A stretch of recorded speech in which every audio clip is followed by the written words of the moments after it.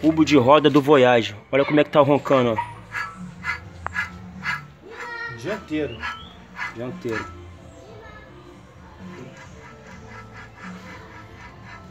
E pior que o defeito desse carro, ele só ronca, é ficar só ronca quando vira a direção. Entendeu? Aí não dá pro cara perceber que é o rolamento. Tipo o mocinete quando vira a direção pra subir uma rampa. Aí, pô, só faz de vez em quando. Aí, ou seja, se você não levantar o carro, não examinar, não fazer o teste, você não descobre que o rolamento tá cantando. Entendeu? Voyage 1.6. Então isso é um... Aí eu fui lá, falei, reclamei com o cara, falei, irmão, aí ó. Aí tá pensando que eles interditou aquela bomba que eu tava antes? O cara falou assim, pô, já falei como que tá, essa bomba tá desse defeito, ela não resolve essa porra aqui, tá fudendo meu tempo, tinha muito tempo, cara, aquele outro carro feito, que barato. Entendeu? Trocar a manga... tem que tirar a manga de eixo fora, soltar o telescópio, ponteira de direção, pivô da balança, para soltar e soltar a trava. Esse aqui é o Voyage 1.6, vou mostrar para vocês aqui o Voyage. Aqui vamos trocar o cubo do rolamento. Injeção eletrônica, Voyage 1.6.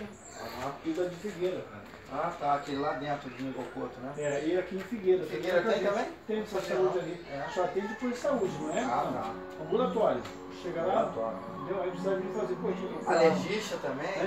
Tem. Alergista eu não sei não. É mais o meu. O meu...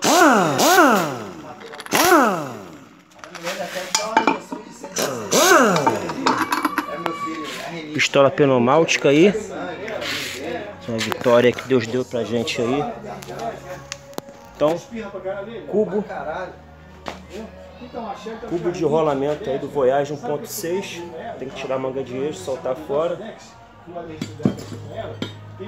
Aqui dentro tem uma trava, tem que soltar essa trava aí. Soltou a trava, tira a manga de eixo, solta o pivô, solta a ponteira de direção, pivô da balança e a ponta do cubo. Porca 32. Aí o que acontece? Você vai no nozinho dele quando for dormir assim, tá assim, acabou. Não faz mais nada não. Aí uma semana sem dar problema nenhum. 2 minutos, aí uma hora vai estabilizar. Porque se você botar muito, ele cria assim uma camada aqui para trás do nariz. Se você ficar botando mais, tá botando